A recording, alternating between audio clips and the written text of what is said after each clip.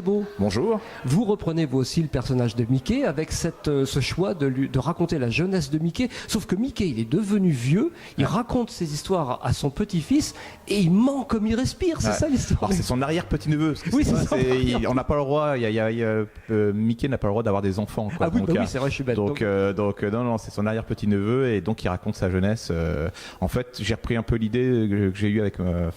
J'ai vécu ça avec ma grand-mère, quoi, qui me racontait ses anecdotes quand elle était gamine, quoi, et donc elle a connu un peu les deux guerres, et donc voilà, et pareil, elle perdait un peu la mémoire, et des fois, elle me répétait les mêmes choses, et donc j'intervenais des fois dans ces histoires, et donc ce qui arrive dans le bouquin avec Norbert, donc l'arrière-petit-neveu, qui coupe des fois le récit de Pépé Mickey pour lui dire mais dis donc t'es sûr de ça, et donc, voilà.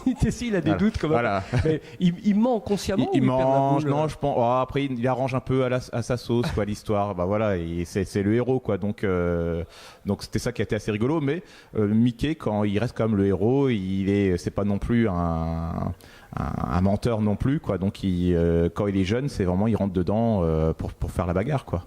Alors on reconnaît bien les personnages de la première époque de Mickey. Oui. J'ai envie de dire. Moi j'ai repris par rapport au vieux dessin animé des années 30, quoi. Donc moi j'étais pas ultra fan des BD, quoi. Moi j'étais vraiment ultra fan des dessins animés. Et c'est pour ça que le Mickey est blanc et noir avec une culotte rouge, parce que graphiquement je trouve que c'est une tuerie ce perso, quoi. Donc limite j'avais effacé le nom de Walt Disney de ma mémoire et je me suis dit, j'ai inventé un super personnage, quoi. Et une fois que j'ai rendu l'album, là j'ai dit mince, il y a Walt Disney qui est sur la couverture, donc c'est pas moi qui ai inventé ce perso, quoi. Alors oui, justement, le tour de force de cette BD, c'est que vous l'êtes complètement approprié. Ouais. On voit le Mickey, on le reconnaît, et pourtant c'est du Thébault, il y a pas de doute. Donc, comment vous l'avez intégré ce personnage? Comment vous l'avez redessiné, retravaillé? Tout simplement, vraiment simplement, parce qu'à la base je voulais faire un Donald et puis j'ai pas réussi à le dessiner, quoi. Donc c'est pas plus mal parce que Donald il a un fort caractère quand même. On sait qu'il est grincheux, qu'il est malchanceux, alors que Mickey, on sait juste qu'il fait des fois qu'il va trouver un trésor ou qu'il va faire une enquête ou il va rester chez lui avec sa mini, quoi. Mais et là j'ai dit je prends ce perso et puis je vais en faire plein de choses avec, mais sans le dénaturer non plus, quoi. Donc on sait bien qu'on a déjà vu Mickey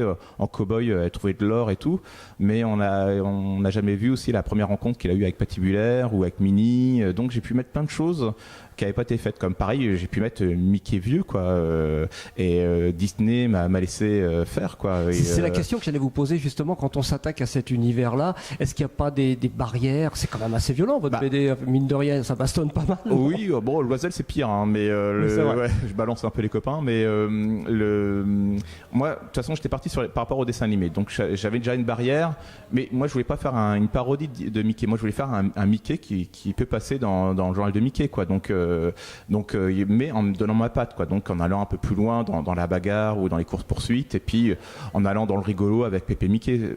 Autant Mickey jeune, on reconnaît comme dans les dessins animés, mais Pépé Mickey, comme c'est une création, j'ai pu faire ce que je voulais, quoi. C'est le tour de force, c'est vraiment très réussi, franchement. Et moi j'ai adoré en tout cas. Alors du coup, est-ce que ce personnage, maintenant que vous l'avez créé, quelque part recréé, ça vous donne envie de continuer? Vous allez refaire une suite? Carrément, parce que moi, quand j'ai fini d'écrire le scénario, je me suis mis à attaquer à faire les dessins des planches, et là j'avais un peu mon esprit qui vagabondait, et j'ai commencé à écrire le tome 2, quoi. Ah oui. Mais je me suis dit, ça se trouve, il n'y aura jamais de tome 2, donc j'ai noté les idées, quoi. Je voulais pas les perdre, et puis à mon éditeur, il y a quelques mois, qui m'a demandé quand est-ce que tu fais le tome 2, quoi. Donc peut-être qu'il y aura un tome 2 ou peut-être jamais, quoi. Bon, en tout cas, merci beaucoup, bonne exposition, les gens arrivent déjà, donc je vais vous laisser à vos dédicaces et à vos fans. Merci beaucoup. Merci.